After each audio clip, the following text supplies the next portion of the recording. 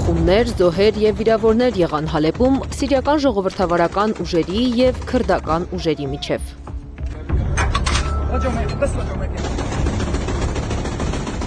Փամփուշտների տարափ էր, ասում է Հալեպում հայկական համայնքի ներկայացուցիչ Մարիա Գաբրելյանը։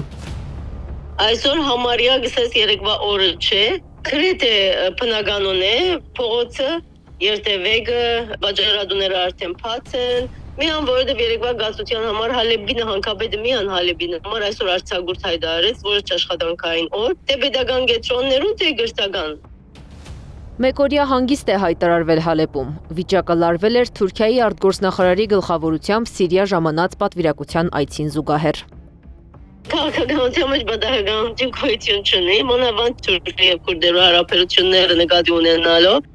Սիրիայում քրդերի գլխավորած Սիրիայի դեմոկրատական ուժերի կոալիցիային ճնշելու վախեցնելու ձևեր են Թուրքիայի աջակցությամբ։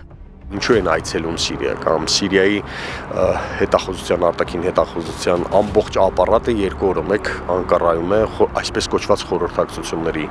Թուրքիան ռազմաբազաներ է ուզում ստեղծել Սիրիայում, բայց Իսրայելը թույլ չի տալիս։ Խնդիրը մեկն է ընդամենը զսպել քրդերի ախորժակը, որպեսզի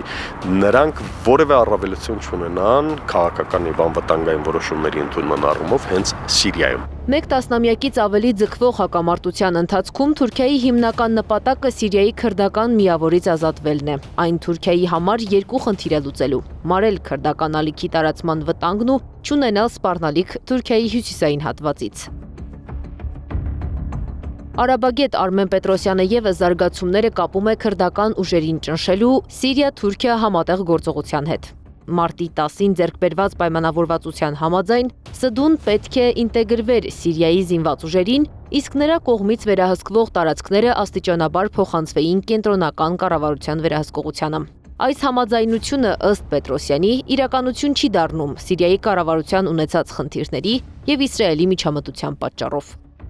Գործընթացին կրկին փորձում է միջամտել Թուրքիան, իր համար կենսական նշանակության խնդրի լուծումը խթանելու նպատակով։ Այս համատեքստում չի բացառվում նաև Անկարայի ռազմական աջակցության տարբերակը Դամասկոսին, եթե ՍԴՈ-ն չգնա խաղաղ լուծման։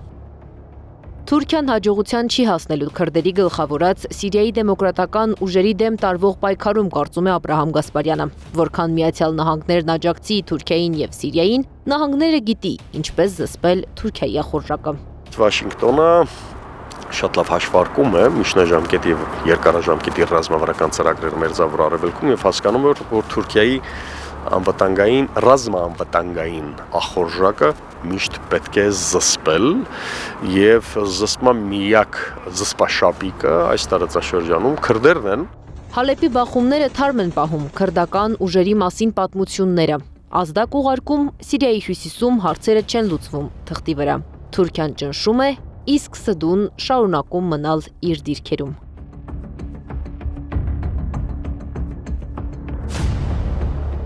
Փամփուշտներից, բախումներից կարծես միայն խաղաղ բնակչությունն է վախենում, վիրավորվում, մահանում, քրդական ուժերին դրանք այլևս չեն հուզում։ Անիա Բաղյան, Նոնա Գևորգյան, ABC Media։ Բաժանորդագրվեք YouTube-ի մեր ալիքին, հետևեք մեզ Facebook-ում, Telegram-ում, Instagram-ում, WhatsApp-ում եւ TikTok-ում կամ այցելեք 3w abcmedia.am պաշտոնական կայք։